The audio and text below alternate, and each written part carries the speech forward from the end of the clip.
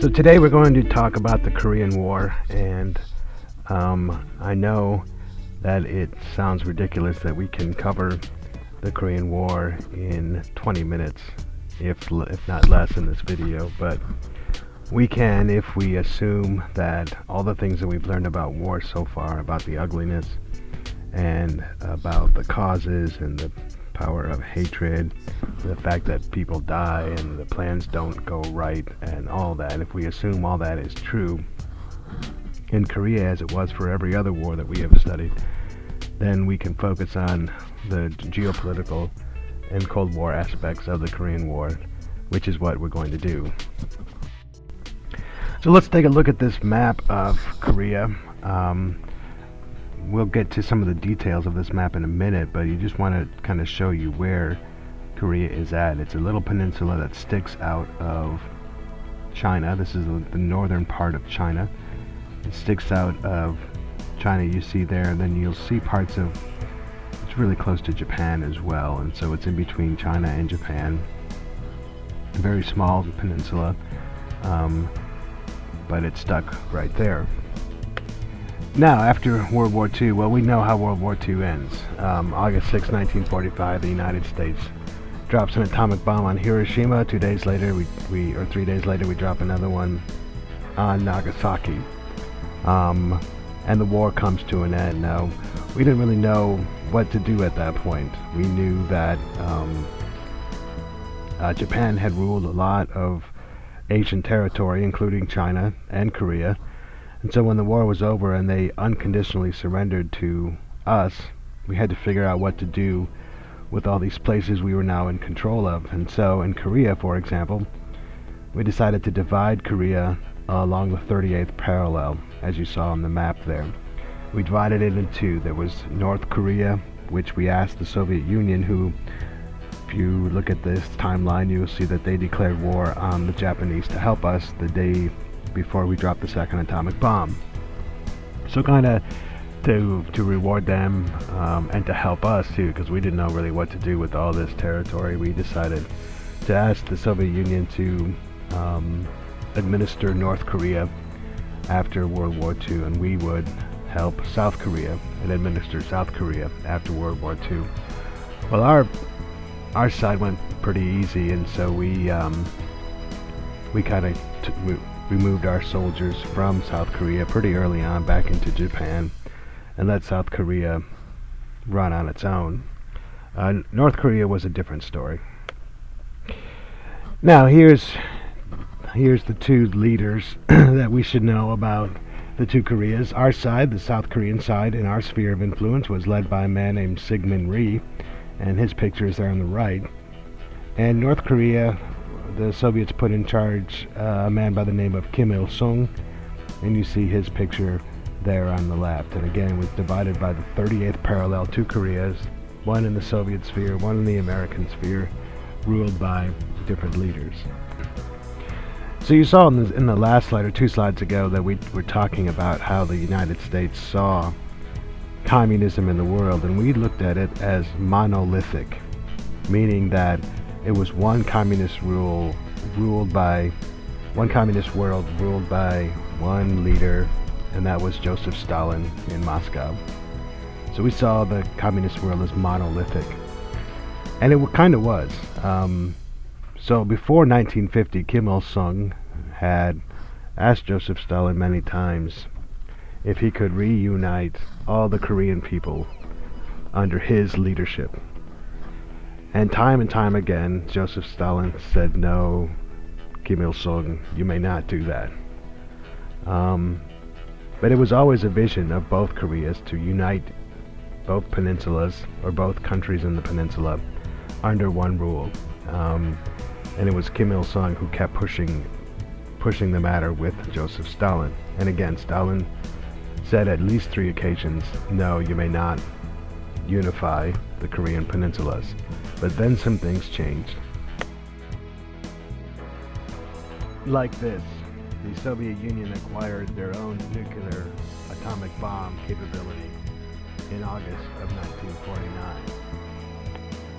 And there was also this, if you remember, the Chinese Civil War ended in 1949 as well. And this is when the communist leader Mao Zedong took over the most populous nation in the world. And there was the question that was asked, who lost China? Who was the one to blame for the most populous in the world, country in the world, to adopt communism, therefore violating the policy of containment, all in one fell swoop? And most people pointed at Harry Truman as the one who did not do enough to stop communism, or the expansion of communism in the world.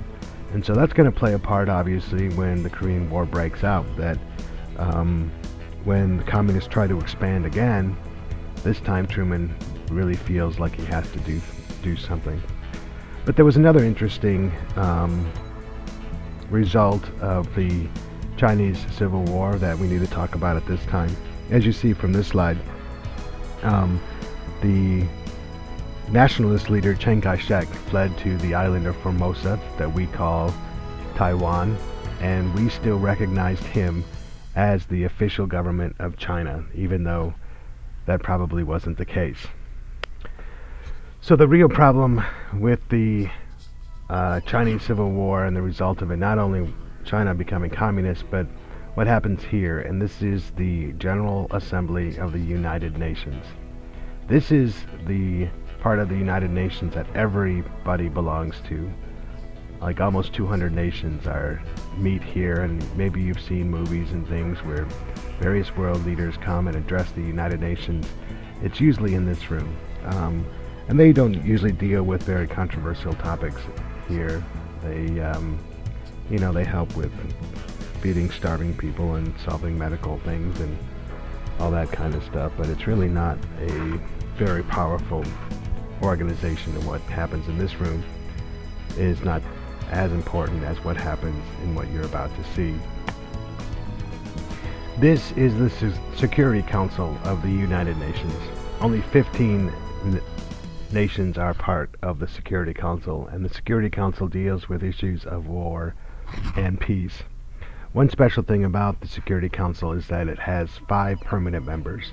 The other 10 are elected on, I think, 2-year terms, but the 5 permanent members are here all the time, and they have a special power. They can veto anything the United Nations wants to do. So if every nation wants to do something, but one of the permanent members doesn't want to, they can veto and stop the whole thing. So the permanent membership is very, very important. Let's go through who those people are. Obviously, the United States is a permanent member, and at this time, so is the Soviet Union. Also, Great Britain, or the United Kingdom, is a permanent member on the Security Council. France is a permanent member of the Security Council. And after World War II, so was China. Now, if you remember, though, because of the result of the Chinese Civil War, the United States did not recognize that Mao Zedong, the communist leader, had actually won the Chinese Civil War. We still recognize Chiang Kai-shek and the nationalists as the official government of China. And if you remember, Chiang had fled to Formosa, so we had given the permanent seat in the Security Council to Formosa and Chiang Kai-shek.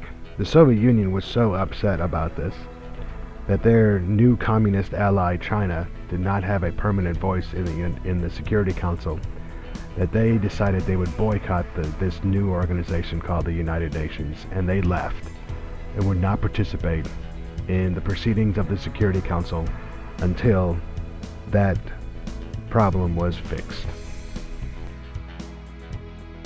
Meanwhile, the Secretary of State of the United States gave his famous perimeter speech here in January of 1950. And if you remember from the previous module, that he included Japan and Okinawa and the Philippines and the Aleutian Islands. He mentioned those places by name, and he said those places were inside the American sphere of influence, and the United States would do whatever it took to protect them. But 2 places that he did not mention were Formosa and South Korea. Now imagine if you were Kim Il-sung in North Korea. You've been wanting to unite all Koreans under one leader. You kept asking your friend, your ally Joseph Stalin, if you could. And he kept saying no, no, no, but suddenly those two things, actually these three things, have occurred between 1949 and early 1950. The fact that the Soviet Union now has the atomic bomb and can rival the United States. The fact that the most populous nation in the world, China, has fallen and has become communist. And now here's Dean Acheson, who gives his perimeter speech, and he leaves out or does not mention South Korea as part of the American sphere of influence. So it was about this time that Joseph Stalin finally gave the okay to Kim Il-sung to start plans to unite all of Korea under communist rule. And so on June 25th, 1950, North Korea attacked South Korea in a surprise attack that took most of the world by surprise. And so we began trying to quickly figure out what to do. And again, President Truman could not really let another country fall to communism, and so this time something was going to be done. And what is that something? Well, the United States goes to the Security Council of the United Nations, and they authorized the use of force by the United Nations on June 27th. If you remember, the Soviet Union was boycotting the United Nations because we had recognized Chiang Kai-shek as the official government of China and not Mao Zedong, and so there wasn't anyone to really stop the United States from using the United Nations as a military force to combat the North Korean invasion of South Korea. And so the other permanent members of the Security Council, Great Britain, France, and Formosa, all voted in favor of using the United Nations against an ally of the Soviet Union. And this is what becomes known as the Korean War. So let's take a look at this map again in a little more detail. You can see those red lines. This is the North Korean army as they roll through South Korea. Again, we didn't have any military station in South Korea, and the South Korean army was certainly not very strong. And so as the Soviet and Chinese-backed North Korean army rolled over the 38th parallel into South Korea, there really wasn't much to stop them. So it took us a time to move some troops from Japan into South Korea, and you can kind of see the North Koreans almost succeeded in capturing all of South Korea. The only thing that the South Koreans held, and then we landed as a United Nations force to help protect, was that little area in the southeast corner of South Korea, and it becomes known as the Pusan Perimeter, named after the city of Pusan down there. So we just had that little stronghold until we could begin fighting back. So the man we put in charge of North Korea, of the Army of North Korea, later the United Nations forces in South Korea, was Douglas MacArthur. He was a hero from World War II. We talked a little bit about him in our study of World War II. And now he was assigned he was kind of in charge of Japan. He was called the Viceroy of Japan, the one who kind of rebuilt Japan after we occupied it after World War II. So he was in Japan when this invasion of South Korea took place, and he was then put in charge of the American forces in South Korea. And later, a few days later, when the United Nations declares war, he's put in charge of the United Nations forces. And as you can see by this slide, the United Nations, or the United States and the United Nations, do a great job in pushing back the North Koreans. If they pushed, just in a few months, they pushed the North Koreans back to the 38th parallel. And many people thought that the war was over at that point, that the point of the Korean War was to push the communists back into North Korea. But when we realized how easy it was to push the North Koreans back, we decided along the way that maybe it was time for us to unite the Korean Peninsula under democracy and capitalism. And so instead of stopping at the 38th parallel and accomplishing what most people thought was the mission, we kept pushing into North Korea. And by the end of November of 1950, we had taken almost all of North Korea, and we were approaching the Yalu River. Now the Yalu River is the river that separated North Korea from China. So on the other side of the shores of the Yalu was the country of China. And they began to be concerned by the fact that a large American United Nations force was approaching their border.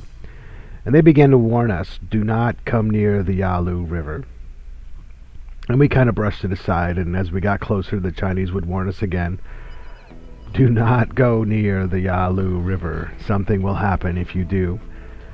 And again, not really taking that seriously, we kept pushing north, trying to take the entire Korean peninsula, and got really close to the Yalu River. And as we got close, this is what happened. In November 1950, hundreds of thousands, I think it's 300,000 Chinese soldiers, oh, it says right there, poured into North Korea, attacking the American and United Nations forces. And this came as such a surprise to us that we turned around, our armed forces turned around and ran as fast as we could back to South Korea across the 38th parallel. And if you click on the map that we have in this module in the Moodle, you'll see that this really basically is the largest gain and loss of territory in the Korean War in these first 3 months. Actually, in the first, 4 or 5 months here of the war, from June of 1950 until the end of November 1950. This is where most of the war takes place. The rest of it is what we have come to call stalemate. You can see by this slide, these are all the dates of the various offensives by the United Nations forces, the Chinese forces, and the North Korean forces, and they all happen, all within a year here. And after that, all the war is really fought between the North and the South, within like 100-mile distance, and so that's when we talk about stalemate. Stalemate lasts between July of 1951 and July of 1953. So for 2 years, we just don't really take or lose territory. We just fight within the middle third of the Korean peninsula.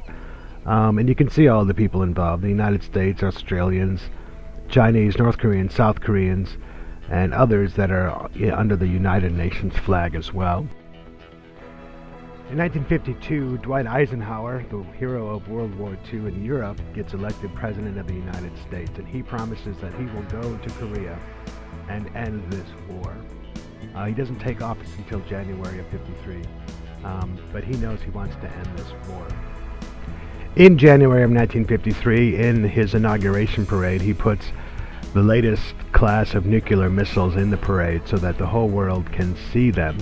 And he does this kind of to show not what we can do to North Korea, but maybe what we could do to China.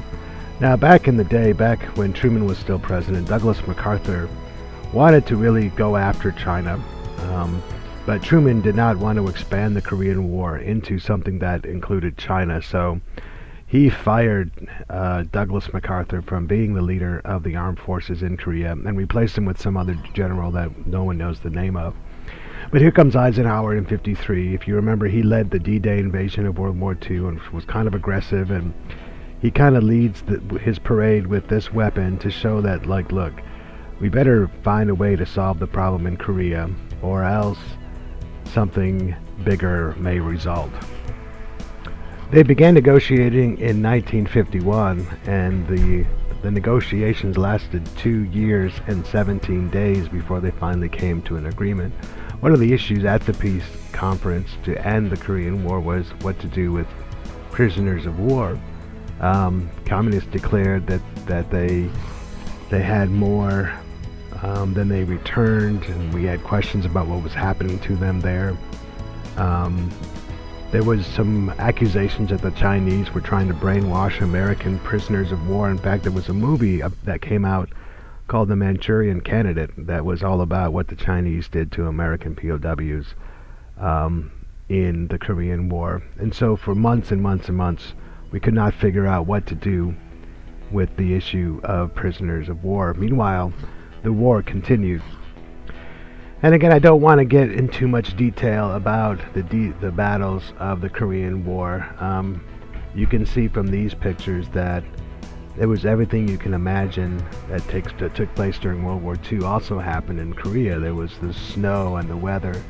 There was fighting inside of cities and from street to street. There were big battles outside as well. There was even a large amphibious assault at a place called Incheon, which is well known in military history. And there was the American battle at the Chosin Reservoir. That's a great story as well. And if you have time, that would be great to just kind of look those up in Incheon and Chosin and other places as well.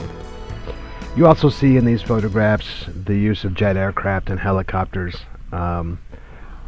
Our ability to blow things up and kill people continues to improve throughout the Korean War, and will continue to Vietnam and even up to today. And so we see that advancement here in some of these pictures. Finally, the war comes to an end in July of 1953. Again, it took over 2 years to negotiate an end of the Korean War, and it was a negotiated settlement. There wasn't any battle that defeated one side or the other. It just both sides agreed to stop killing each other.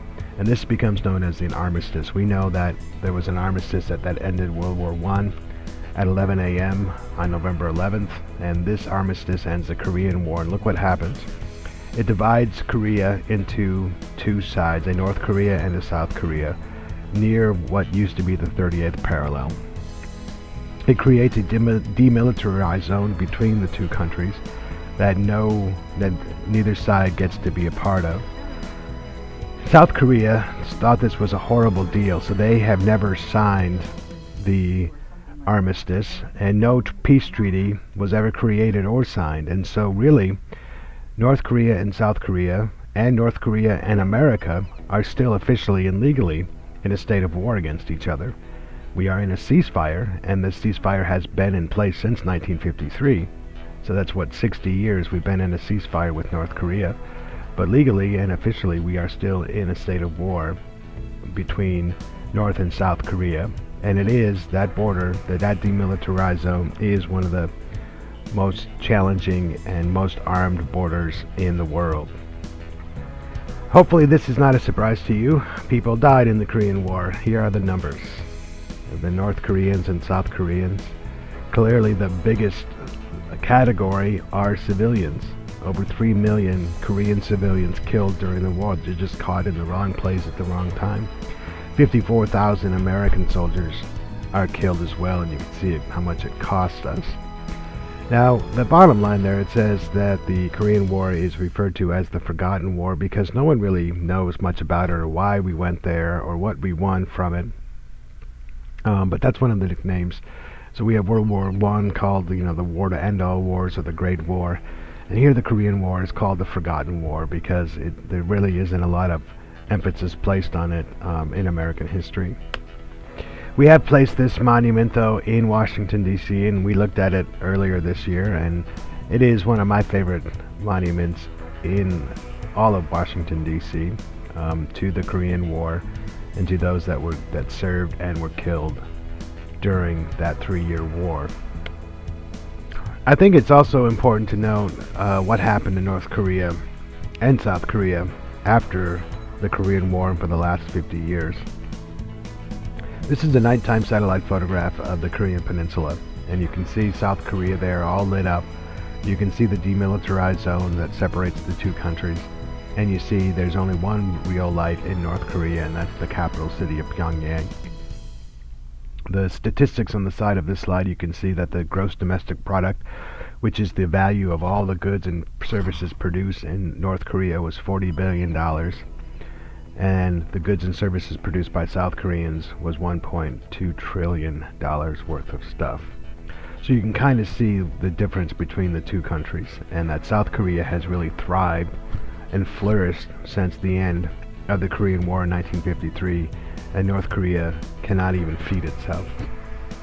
We know that the leaders have changed. When Kim Il-sung died, his son Kim Jong-il took over. And the video in Module 6 really talks about the hero worship that takes place in North Korea with Kim Jong-il.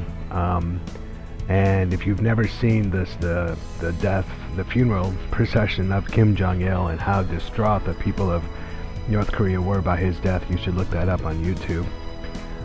The current leader of North Korea is Kim Jong-un, who is the grandson of Kim Il-sung and the son of Kim Jong-il. And so he is still the leader of North Korea and has the hero worship as well, but North Korea is no better off economically than they were when this photograph was taken. And so here is the question that we ask you to answer in Module 4 of Week 10. Was the Korean War an example of the United States living by or violating its foreign policy principles? And so this is when you have to go back to the Truman Doctrine and figure out what that said. And when we look at the actions of what took place during the Korean War, those 3 years, 1950 to 1953, did we do what we said we were going to do? Did we live by the principles that we set out in the Truman Doctrine? So you want to use some evidence, use some words from the Truman Doctrine, use some evidence from the Korean War, some examples, some names, some of the issues involved, and tell me if you think we were living by the principles we set forth early on in the Cold War, in this first Cold War military struggle.